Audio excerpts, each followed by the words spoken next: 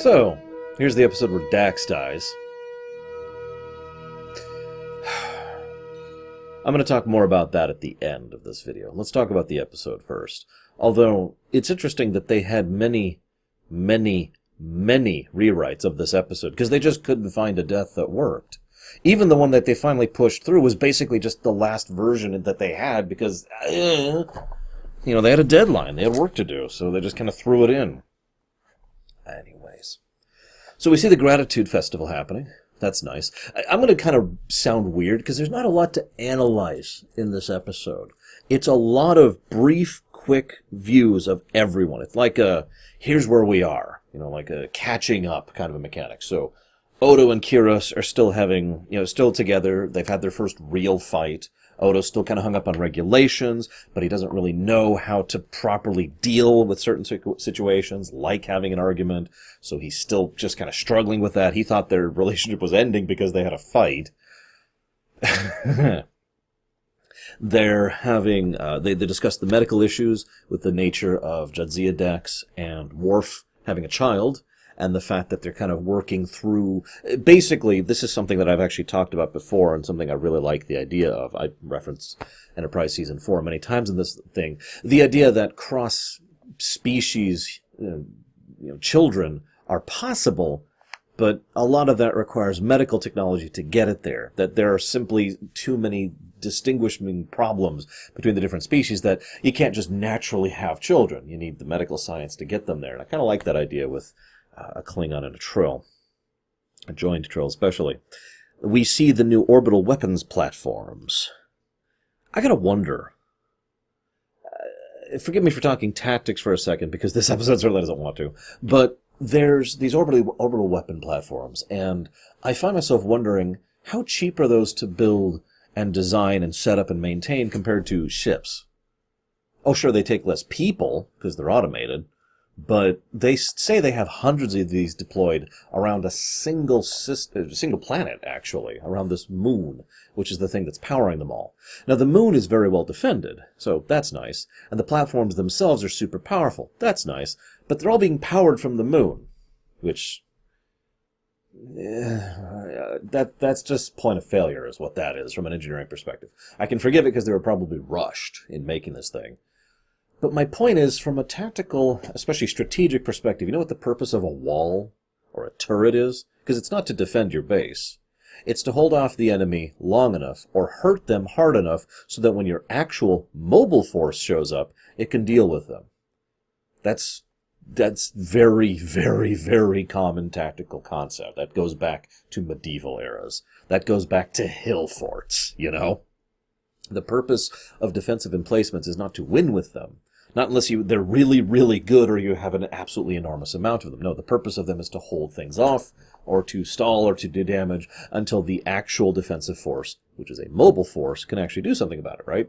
So that means these are being built in addition to ships, at least unless they really think a bunch of turrets are going to stop an invasion fleet. That's not how that works. Point in fact, if they had been smart about this, they could have slowly picked their way through this entire force bit by bit. All they'd have to do is imagine... I need a 3D object here. Imagine the Switch game. It's on my desk. What do you want from me? It's still in the wrapping, even. Imagine this is the swarm of orbital platforms, okay? So what you do is you have your fleet over here, and you have your biggest, heaviest ships up front, and they get in weapons range of only the most outermost edges of here, so that the weapons platforms further in cannot shoot. So you're going to start taking some fire from them, but you're going to fire back and take out that outer edge. Then you rotate those ships back, so they can start getting repairs and get their shields back up. Rotate another shield of ships in, move in a few kilometers or however much, take out the next layer. I just came up with this off the top of my head. There are many ways around defensive emplacements. That's the point. And yet, I'm either led to believe that they are, again, making this alongside ships, or they are stupid enough to think that this is going to be enough by itself. I'd be willing to believe the latter. Damar isn't really known for his tactical genius, and Weyoun, while he's an excellent administrator, is no tactician. So, maybe? Then again, it's not like the combined Federation Romulan-Klingon force is impressing me with its tactical acumen anyways, because what they do is they A-move into the field. Now you could say, well, they had to, because at the time when they started attacking, the weapons platforms were powered down and they were in a hurry. Okay, so what do they do when it powers back up? Leave and start doing something more intelligent? No. A-move. Not impressed. But the reason I bring up the cost thing is the only way this would really be feasible, especially for hundreds of things for one planet, is if these are massively cheaper to make than actual ships. And I'm not sure they are, given the capacities they talk about for these things. Anyways, moving on. So then we have Dukat shows up. Yay! Dukat and Weyoun immediately get into it. What I've always loved is Dukat always has a rejoinder. This is probably partially down to his force of personality, but Dukat always treats Weyoun as an equal. Or to be more accurate, he always insists on being treated as an equal to Weyoun. Damar doesn't. Damar is always under Weyoun. So it's interesting to see that parallel, especially in dynamic when we see all three of them on screen at the same time. And then, of course, Damar, when he reaches out to Dukat, his first reaction is to be defensive, as we saw back in Statistical Probabilities. I keep bringing that episode up. He's still feeling bad about killing Zial, as he should. So we see something interesting in this, though. We see that the enemy forces are not unified. Now, we've suspected this, and it's been hinted at several times, but this is showing it outright. This is important, because the next thing we see is that we're not unified either, mostly across the Romulan and the Klingon side of things. The Greens and the Reds don't really like each other. Go figure. I wonder if they did that on purpose. Think about it. Red, green. Anyways. So, we skip forward a bit. We see a musical number. Okay, moving on. Jake decides he's going along to report for the war. That's continuing to be a thing. That's going to pay off later in Season 7. The prophets pop in and say, don't go. Now that's interesting. One of the intended writer threads, one of the intended plot threads here is that the prophecy is unfulfilled. That they had lined out a series of events, and the reckoning was supposed to happen, and the good guys were supposed to win, the pirates were supposed to go away, and because that didn't happen, the idea is, well, now what? I mean, that was the plan, that was the goal. And on the one hand, that's like an appealing concept for a writer. But on the other hand, the prophets don't have a concept of time, which means they've already seen all this, and how it will go, did go, has gone. So that makes a lot less sense. When all time is the same to you, it's a lot easier to write a prophecy.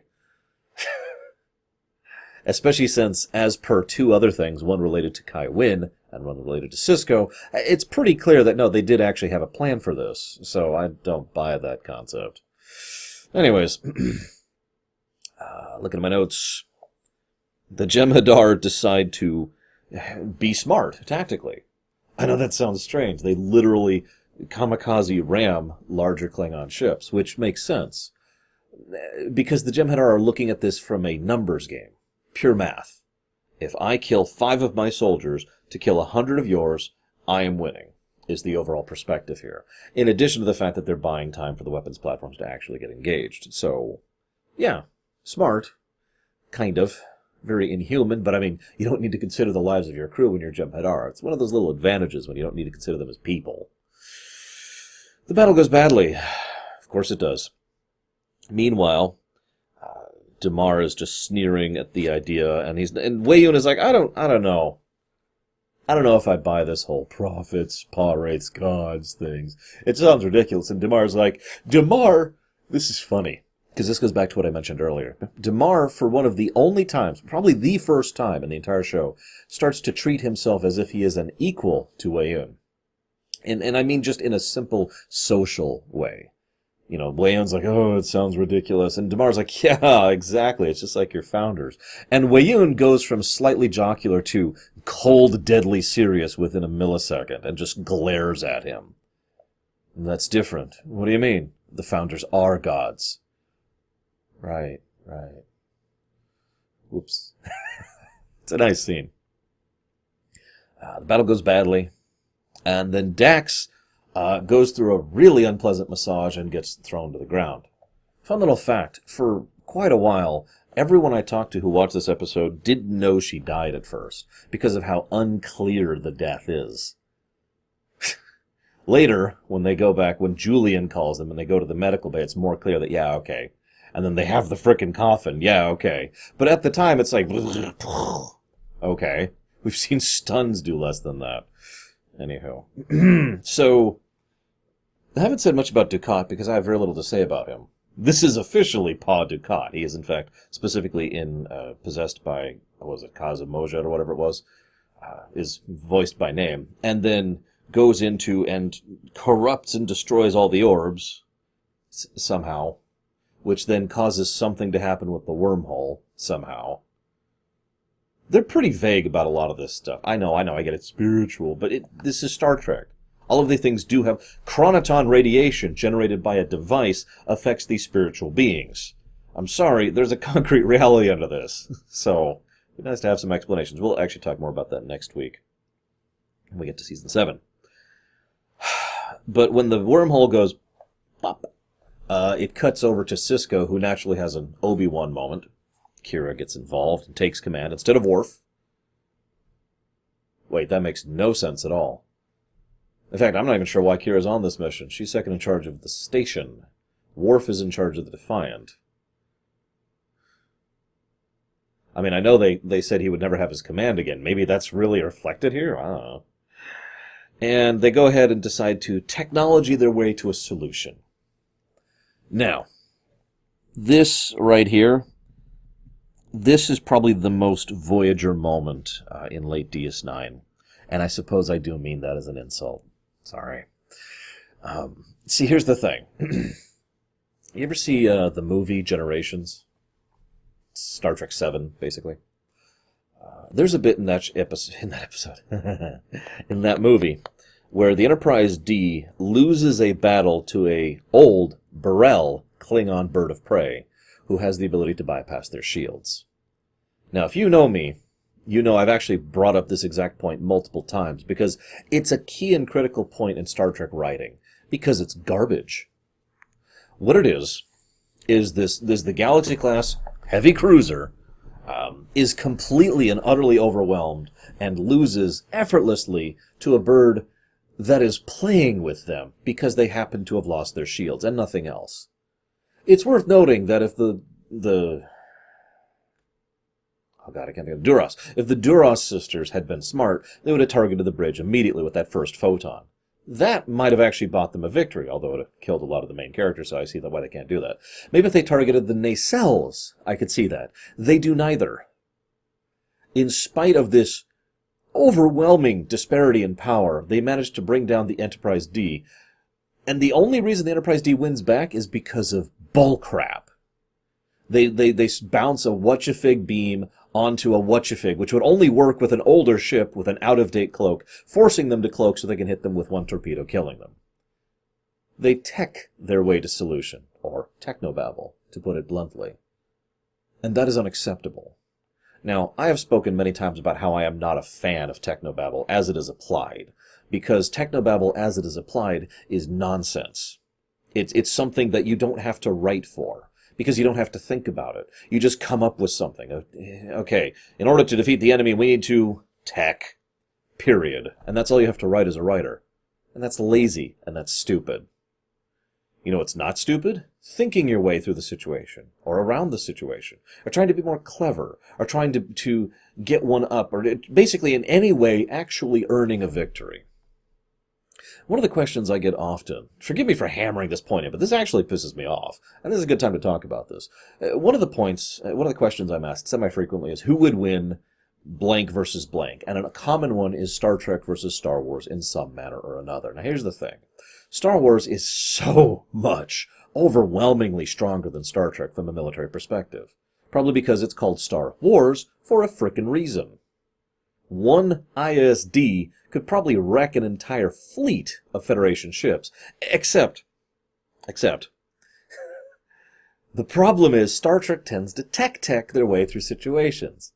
So, what would happen is the ISD would jump in and just start abstractly obliterating the fleet, and then they'd be like, what do we do? And rather than thinking around it, or outmaneuvering it, or trying to use any cleverness or intellectual design, or even just straight out outmuscling their way through it, no.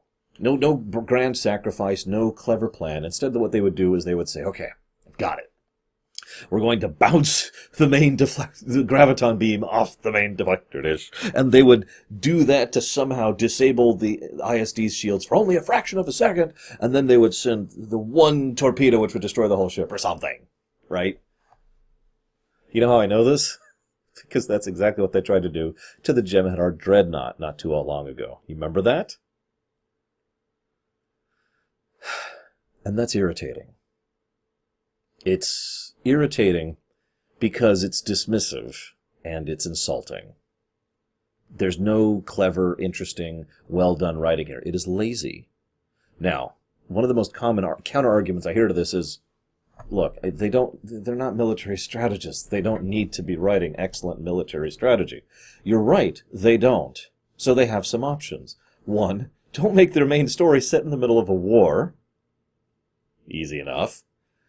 Two, actually bring in real strategic consultants. As I've talked about many, many times, there are a score of people whose entire job is to be experts and consultants on a specific thing so that someone can call them in to serve as a consultant on that thing. That's true for game designers, it's true for movies, it's true for television, it's true for books. All of these people, you can call in experts and say, help me design this. Okay, here's the starting fleet, here's the enemy fleet. Help me figure out how this battle goes. And then you write it. You can also just be clever yourself if you choose to do so. Now, I know that's time and effort, and I know that that's not always going to be a thing, because eventually you're going to run out of juice, right? So I understand that. But my point is there are options available here to do this. There's also the final option. Have it off camera. Make it happen off camera. Now, that's not very satisfying, because especially for a season closer like this, where you want to have the big battle. But if you can't come up with anything better than, I'm going to technobabble away to force their remote-controlled orbital platforms to start attacking their own power source, that's your solution. This isn't even the worst solution, of course. This isn't the worst example of technobabble I've seen. But it might be one of the worst examples I've seen in Deep Space Nine, especially for a moment like this, which is part of why I'm hammering this point so hard here. Anyways, battle's over, and a message comes in from Julian. Now that's the first sign something's wrong. You notice Kira's face when she hears that, like, oh God. Because she just saw her emissary wander off in pain and disorientation. Yeah. We cut down to Julian. Now, I have some complaints about this episode, but I just want to say the last part here is actually really powerful. Because they manage a good death for Terry Farrell, for Dax. It turns out that at length they were able to save the symbiote. Barely. So in some manner or another, Dax will continue on. It's small comfort. Because Jadzia Dax, the entity of Jadzia Dax, is dead. Dax may keep going, and, Ezri, but Jadzia Dax is gone. It is still a loss. Funny note. Obviously, Terry Farrell didn't really want to leave. I'm going to talk about that last. I already talked about it. But if you pay very close attention, even on the DVDs, while Terry Farrell is lying there, you can see that she had actually been crying. The actual tear lines are visible coming out of her eyes and the side of her face. You have to look for it, but they're there. I admittedly wouldn't have noticed that if she didn't call it out herself. She mentioned in an interview that she was crying during that scene. Because she didn't want to go. Before I move forward with the Terry Farrell thing, Worf says something in Klingon. I got the translation here. Only Kronos endures. All we can hope for is a glorious death. Only Kronos endures. In death, there is victory and honor. And that's what he says as she dies. So Sisko has a really, really great moment where you can tell the man's shattered. He's just, his best friend's gone, and he has utterly failed as the emissary. It is worth noting that if he'd stayed behind, Admiral Ross pushes him on this point. I need you to be on the ship, or I need you to be the emissary. Sisko could have stayed behind, and as horrible as this sound, he might have not only prevented the loss of the wormhole, but the loss of Dax. But he chose to go to do his duty as a captain, and he paid for that. That's interesting. See, I've talked before about the difference between blind faith and specific faith. Sisko does not have blind faith. He has specific faith. He has faith that has been built up over years of interactions with the prophets and with the Bajorans. He has faith because they have proven themselves to him. This makes his leaving all the more damning. You will notice he thinks about it for a while. He takes several long seconds to think about it before he finally decides, okay, I'll be on the Defiant. Probably because he knew that he'd be abandoning his career if he decided to stay behind and refuse a direct order from his admiral. But he made the wrong call. Congratulations. Fun, isn't it? But of course, the real reason, the only reason that that Jadzia Dax died was because Terry Farrell was leaving the show. I don't want to talk about this because this is upsetting and it sucks. And there's nothing we can do about it now. It's done. Over. It's over. Done. Gone. I've talked about this kind of thing multiple times. I brought it up in Season 4 to 5 of Babylon 5. I've brought it up in Season 1, TNG, with Denise Crosby. I brought it up in Season 2 of TNG with Gates McFadden. And I brought it up in Season 3 of Voyager with Jennifer Line, or Lean. I can never remember how to pronounce her name. In all of these cases, it's always a struggle. I know, nobody cares. It's their private matter. They can stay private about it if they want to. But in many of these cases, the only one that was really definitive was Denise Crosby. That was very open and overt. She was unhappy with what she was doing. They were misusing her as a character. She bowed out. End of story. In every other case I just mentioned, it's kind of a decide what you'd like from the few facts that we have. And even the facts we have are just people saying things. In the What You Left Behind documentary, there's this wonderful bit, and by wonderful I mean horrible, where Michael Dorn says the only thing we know is what they choose to tell us. They're the ones who are the only ones who actually know what happened. And that is damned true. And as I've talked about many times, there's this thing in Hollywood that's been there for years and years and years, decades at this point, many decades, since before I was born, about the concept that you just stay quiet about these sort of things. You just don't talk about it. Now, I want to share a story with you. Before I even started this series, that would have been, what, 2 years ago now? 3 years ago? It was a while ago. I think it had to have been about 2 years ago, given the timing. Let's see, when did this come out? June of 2016. So, yeah, it would have been a little over 2 years ago. So, before I started doing this, one of the first things I did was I did some digging on why did Terry Farrell leave? Because I didn't have a solid answer to that. In fact, I had no answer whatsoever. The only things were a couple of vague references in the Deep Space Nine companion guide, and that was it. So, I did some digging. It's my job, right?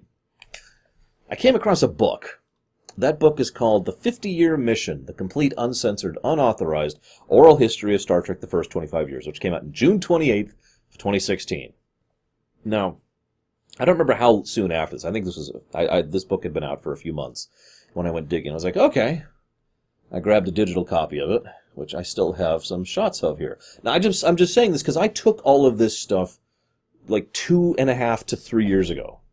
I had all of this information. I've had this stuff saved and ready to go for a long time for this episode, because I always knew this is where I was going to talk about this. Then, weirdly enough, What You Left Behind, or What We Left Behind comes out, which, from my perspective, came out last month. That's how recent this is compared to when I'm recording these. Or last month or the month before. It's very I'm pretty sure it was last month. I can double check that. It doesn't matter. Point being, I watched it, of course. Some interesting info. Nothing really new there. You know, some Season 8 stuff, which I'll talk about at the very end. And, you know, a few other tidbits. But for the most part, it was nothing new. But what was really interesting is there's a section just about Terry Farrell, who was obviously emotionally distraught, just talking to the rest of the crew and talking to Ira Stephen Bear like, what the hell? Now, that was interesting to me, because at first I thought they were going to reveal more about what was happening. And we did get some insight from the rest of the cast and crew. This is consistent with what we've already seen in every interview and every fan thing and every convention since then. The cast and crew have been very embracing of Terry Farrell, and the very clear distinction is they didn't want her to go. As Ira Stephen Bear says in a quote I'm going to quote for you in just a minute here, we were writing stories for you. We were going somewhere with you. The Worf relationship thing was going great. Why would we want you to leave the show? So I'm going to start sharing some quotes from you from the book I just mentioned. Terry Farrell, and I quote, "The problems with my leaving were with Rick Berman." Now, I could just stop there. I could. "In my opinion, he's just very misogynistic. He'd comment on your bra size not being very voluptuous. His secretary had a 36C or something like that. And he would say something like, well, you're just like flat. Look at Christine over there. She has the perfect breasts right there." That's the kind of conversation he would have right in front of you. I had to have fittings for Dax to have larger breasts. This is actually a really common thing in Star Trek. In fact, he tried to make Kate Mulgrew do the same thing over on Voyager. I think it was a double D or something. I went to see a woman who fits bras for ones who needs mastectomies. Mastectomy, excuse me. I think I'm still saying that wrong. I had to have that fitting, and then I had to go into this office. Michael Piller didn't care about those things, so he wasn't there when you were having these crazy fittings with Rick Berman criticizing your hair or how big your breasts were or weren't. That stuff was so intense, especially the first couple of years. I started modeling when I was 17, so I was used to comments like that, but it was a different experience for me to be around normal, respectful people, and he's my boss. So, come about season 5 is when they were doing contract negotiations for season 7. So, continuing, this is a quote from Terry Farrell again, "Basically, he was trying to bully me into saying yes. He was convinced that my cards were going to fold and I was going to sign up. He had another producer come up to me and say, if you weren't here, you know you'd be working at Kmart." I was like, what the hell are you talking about? I had a career before this. Why the hell would I be working at Kmart? Who are you? Just to be jerky, he'd call me in my trailer. "Have you been thinking about it yet? Are you going to sign?" Like, right before I had a scene. It was that kind of a thing. Rick Berman said I was hardballing him, and I was like, I'm not. I just want to have a conversation. You're giving me a take-it-or-leave-it offer, and I'm not okay with that. So I finally did have a conversation with him and asked to cut down my number of episodes or just let me out. Now, I'm going to share a little bit of additional side information, which I can't quote, I'm afraid. In fact, this is from memory, and I don't have a source. I just want to make that very clear when I'm covering this kind of a thing. However, one of the things that has been stated in conventions is that Terry Farrell was trying to stretch out in her career and maybe do movies. Now, this is a normal thing. If you're paying attention, the gentleman who plays O'Brien, we're just going to say it that way, is someone who had a similar deal. In fact, he actually specifically had an agreement with Rick Berman saying, yes, you can go do movies as long as you keep doing your job on the show. And that was basically that. No problems. The inference here is that Terry Farrell wanted a similar deal with Rick Berman and with the studio, and Rick Berman said nope, and tried to hardball her into signing on for the full episodes for DS9. Now, this is a quote from Rick Berman.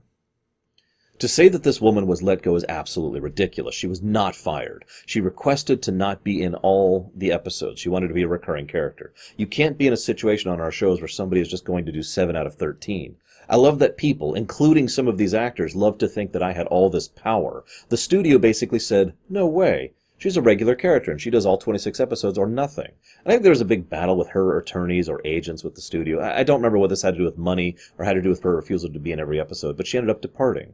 It certainly was not my choice. It was the loss of a character, and it was difficult for us. I've heard stories of her at conventions blaming me and saying I had something to do with her leaving, which could not be farther from the truth. Brandon and I talk about this all the time. You tend to focus on the nasty things people say about you, and I know that's been a lot of animosity on the internet or at conventions that are 100% untrue, so it's painful to read stuff like that. Now I'm going to say something really unusual here.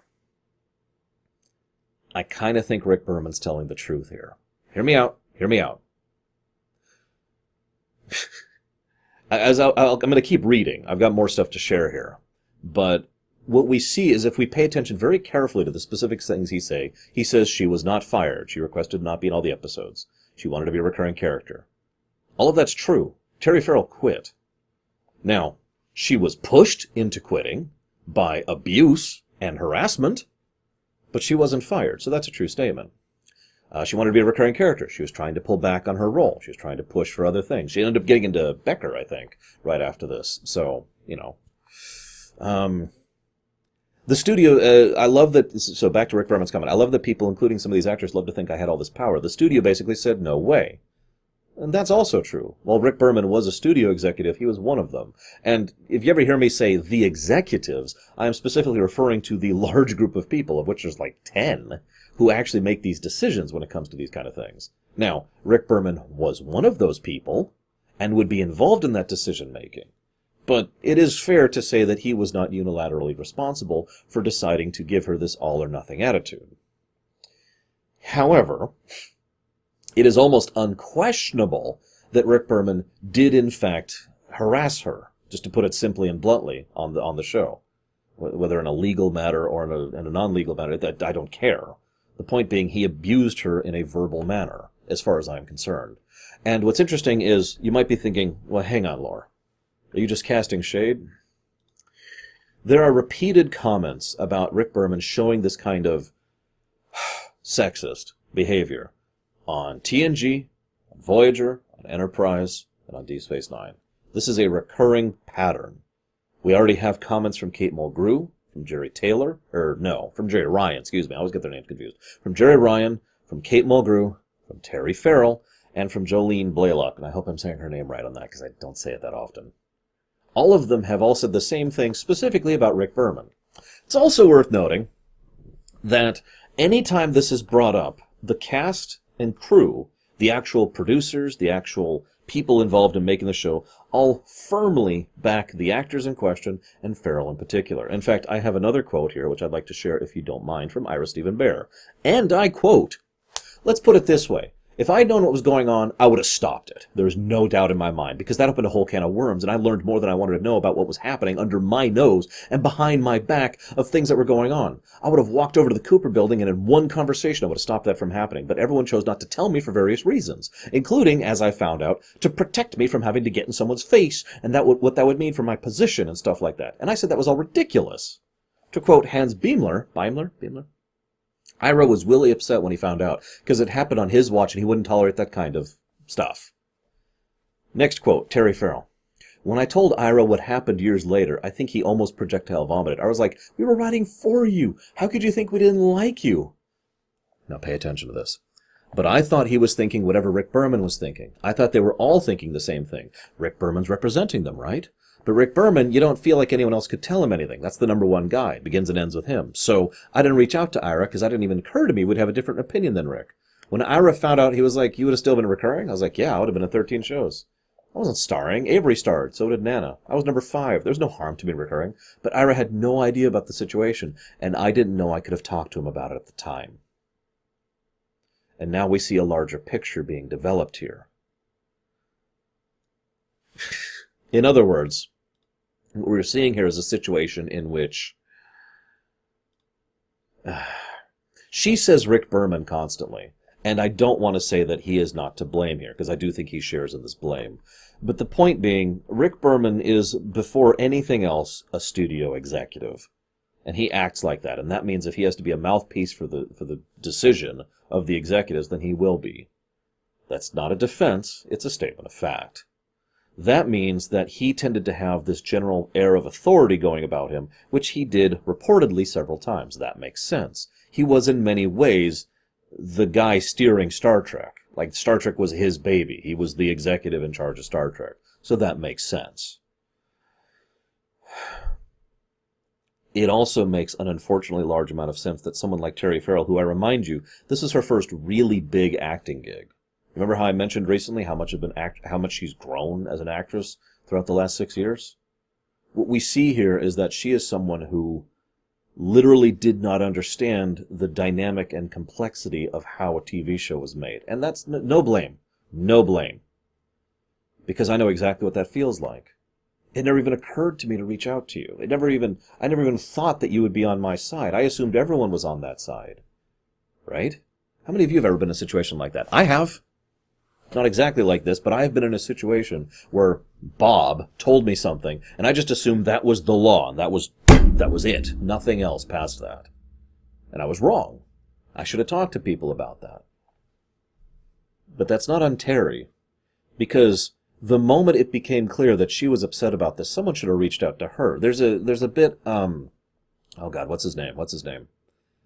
There's another executive who actually was quoted on this. This actually came up in What We Leave Behind, where he mentioned that she came into his office one time just crying, sobbing, because she had just been through what she called the final straw that broke her back, which was another comment about her boob size or whatever.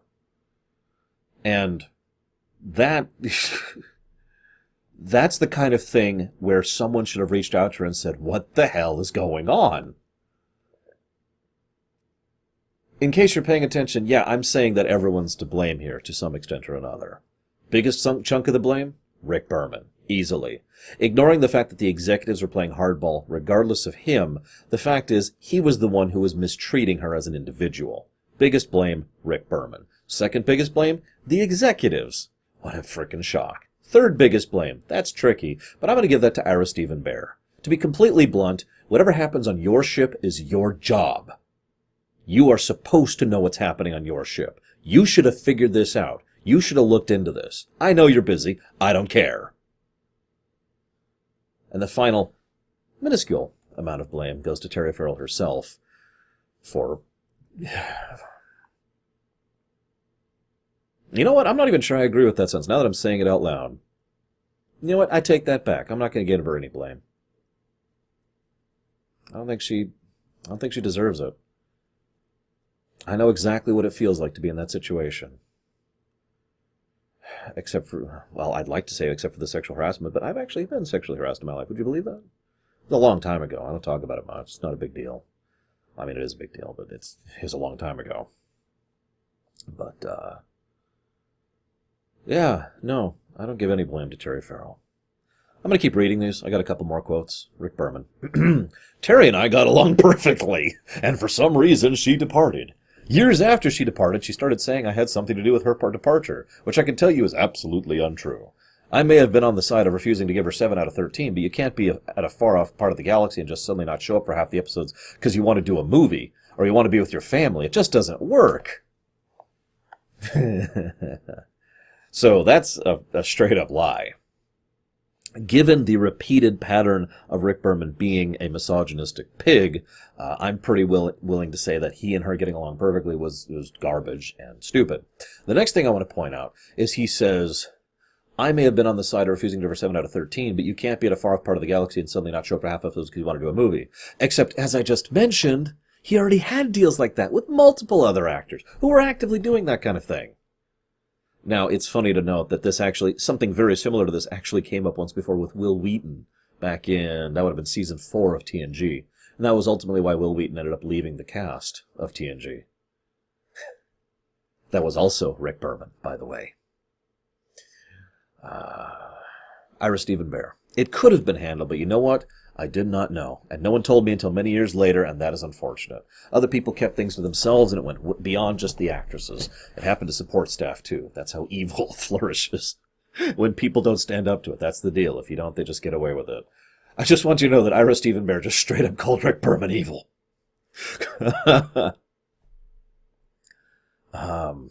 And one last quote from Terry Farrell. I didn't know I would get the sitcom Becker, and I was at Becker right away. Nobody knew about that. I was just freaking lucky, and it was the same lot.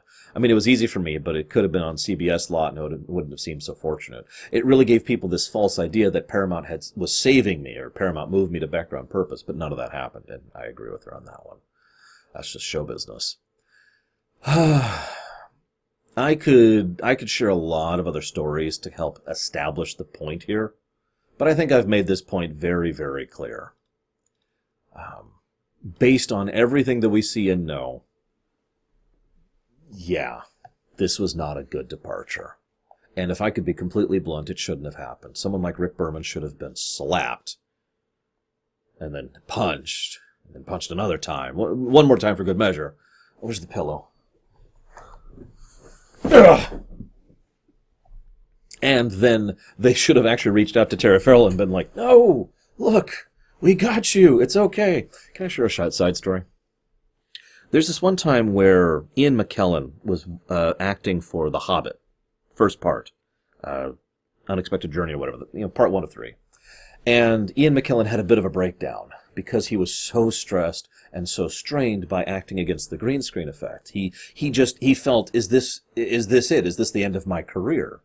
Like he was having a legitimate, I'm going to lose my career because I can't do this kind of a breakdown. You know what happened? The cast and crew reached out to him, embraced him, literally giving him hugs, giving him a gift basket, like, look, we got you, it's okay, we're going to make it through this. That's what should have happened to Terry Farrell. And it didn't. And that's why I say there's blame to go around. We can't just lay this all on Rick Berman. He's the main precipitant for being a disgusting pig. But there is other blame to go around there.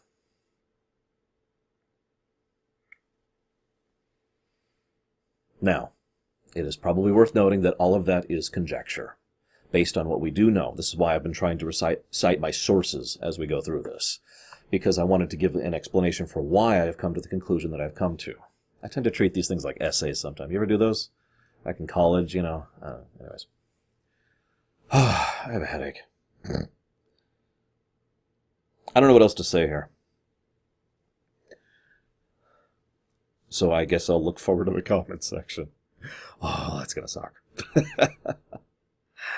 I hope you've enjoyed my thoughts. We made it. We made it to the end of Season 6.